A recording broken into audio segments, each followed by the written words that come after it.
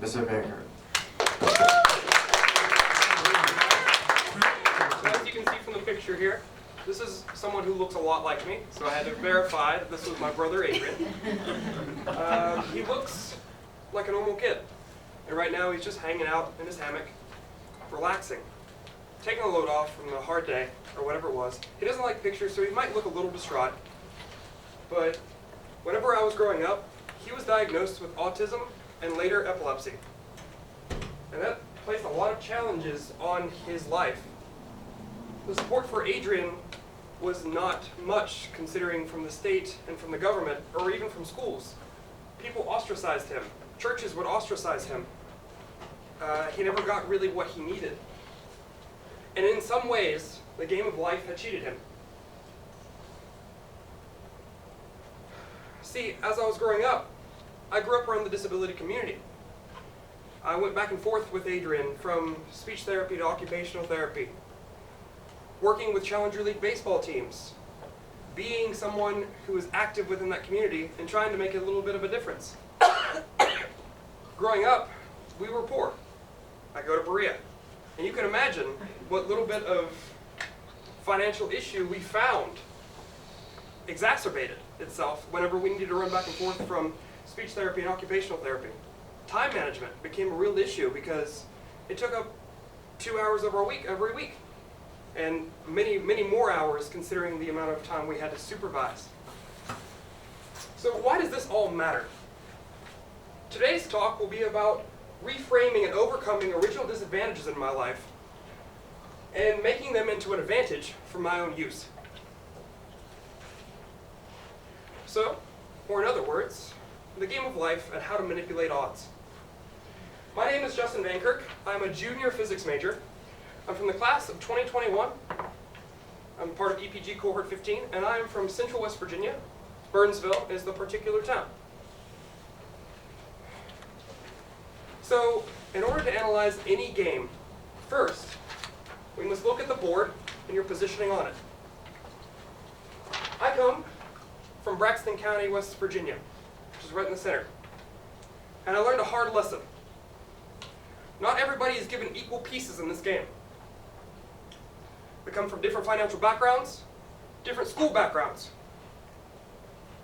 The college readiness index of my school is 5.3 out of 100.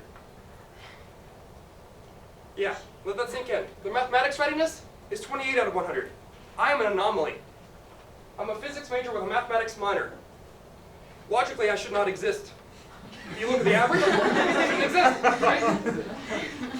But that is the first thing that will get you in this game. You need to look a little bit deeper. Analyze it. And look at the greats who came before you. This man here is Charlie Tomazis. He was a teacher of mine and a great mentor.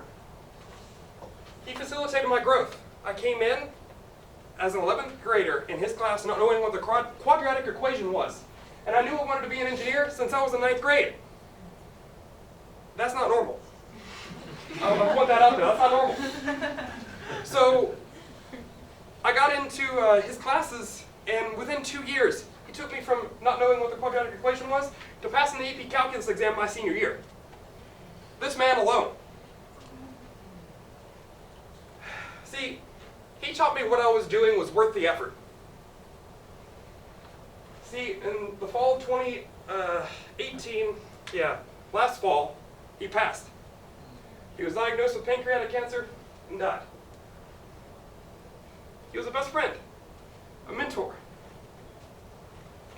But he and a few other mentors saved me from being a statistic. And that is a skill that I find to be very genuine. The ability to find what I love and continue doing it because I love doing it. So now, this is where my story begins for my internship. My search for the summer. So there are two main lessons in this slide that I want you to take away. One is to make and manage your connections. And the second is to manage your time. And both are very important in any strategy game you might play, right? If anyone's played Settlers of Catan, you need to know when to attack. You need to know when to communicate, right? Unfortunately, waited too long to begin my search. I had no idea where to start, so I waited. And honestly, I felt empty because I just lost one of the most important people in my life. So, after I thought it was too late, I started reaching out to EPG alumni. And I found one in particular who was a physics major. His name is Mackenzie Ridley. He got me into contact with the individual who led his Makerspace internship in Louisville by the name of Daniel Johnson. Daniel, his first email to me, if I recall correctly, was, "Can you leave the country and do you have a passport?" He got me into contact with Damien Tracy, the CEO of Community Lifestyle Support. There will be more upon Community Lifestyle Support in a later slide, but I would like to talk to you first about time management. I thought it was too late. I didn't know if the internship would be accepted or not, and I needed to contact the international office to figure out if I could still do it. And I want to really highlight this last phrase. What steps should I take in order to accept this internship if it should happen to accept me? That was the most succinct way I could say, "I don't know what's happening, please help."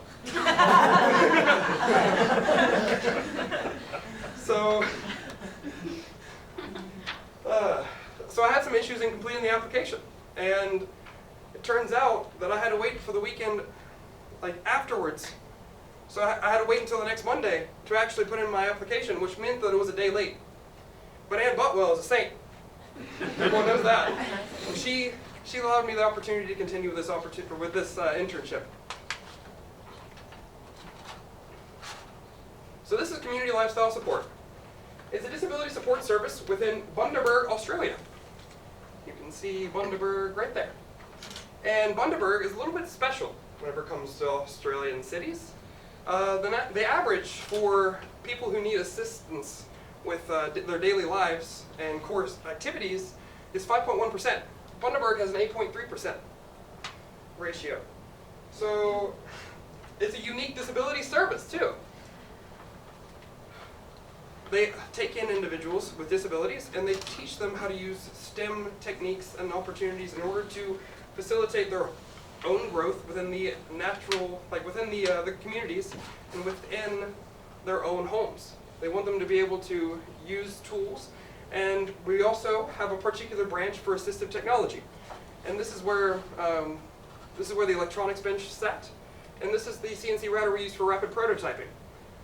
Everything was there for us in order to complete these goals and complete the education of someone with disabilities. And coming from where I come from, that's a great opportunity for me. So now I'd like to explain that in order to succeed at any game, you must first know the goal, right? So I knew what my goal was going into this. I wanted to have a better understanding of what the design process of an engineer was. 110%, that's what I wanted. And this is the way to look at it. First, you need to empathize. Get in the shoes of somebody else. Second, you need to define the issue. What's happening? Third, create an idea. How do I fix it? Fourth, prototype. Put it into action. Make it a reality. And finally, test. That is not the end of it, actually. So most people think at the end of this, that's the end. You don't have anything else to do. But no. With testing, if it fails, you go right back to the beginning. And you do it all over again, and again, and again. Iterations. They're so important in making something perfect. That is the design process for me. It's beating your head against the wall until you get it. So now I'd like to cover my EPG abilities. My first project was for recognizing opportunities. So this is a hydraulic crane system that I helped design with my supervisor, Emerson. It's all made out of 3mm MDF, tubing, syringes, paper clips, and zip ties. That's it. No glue, no nothing. Yeah, it's great. So I was able to realize that they're trying to put this on the market in Australia, and they want me to kind of test it in the market here. Whereas I haven't had the particular time yet, I'm going to be looking for individuals within the STEM education community and using this as a way to teach mechatronics and as a way to teach hydraulic systems, because that's all that is. The next step for me, was engaging complexities and uncertainties. Most of you probably don't know what this is. This is a parametric wall. A very basic one. But a parametric wall is basically a wall with depth. You walk by it and the depth changes. I was tasked with creating this. I had no idea what I was going to do. None.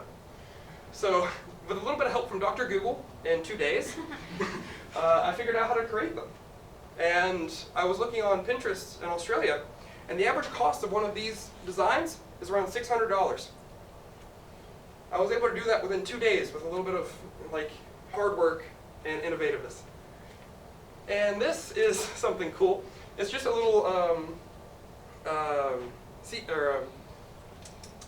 a spool holder for a 3D printer. The top one was my first design. He wanted me to make it look like an animal, so I made it look like a cat. And I'll tell you what, that is a scary cat. Down below, this was after he gave me some advice. He laughed at me, just as you guys did. He's like, that's not what I wanted. So he told me to go online and find something that would work and just edit the shape to fit what I needed. And that's all I did. And it worked so much better. And finally, the most important aspect of, for me, was exploring values and ethical structure. They have a Bundaberg Ability Ball, which is a place for people with disabilities to come and enjoy their time and dance and have the night of their lives. This is a picture of the king and queen of that dance. And look at them. They're so happy. They're having the times of their lives. And that's something I want to be able to see within my community. Because like I said, with my brother, he got ostracized and the community didn't support him. This place sells out every year. It's not just people with disabilities, it's people like us who show up and want to help and want to be a part of something better than themselves. So, because my brother was cheated, I want to live my life in such a way that fixes those issues. Because I know one day I'll have to take care of him. I want him to live the life that he deserves and that anyone with disability really deserves. If I were just the sum of the averages of everything that I've been through, I would be nothing. I wouldn't be here today. I wouldn't be in college. But by using strategies, networking, by reaching out and asking questions, and controlling your time management, you can truly succeed. So what's next for player one? Well, I'm going to be a reach team leader, which is, I'm going to be leading a group of people to create assistive technology. And it's a competition amongst all colleges. It'll be awesome. I am an ambassador for the Makerspace in Australia. I will be helping to choose another individual to go to Australia and partake in the same internship experience that I have. They wanted me to remain a part of the team, and I agreed. And finally, I will be making those hydraulic kits. Making a little bit of money on the side. That's a great opportunity for me, you know? I came from Braxton, where the odds were not in my favor. However, with due diligence and proper strategy, anyone can truly make it. So this is my game. Are you ready, player two?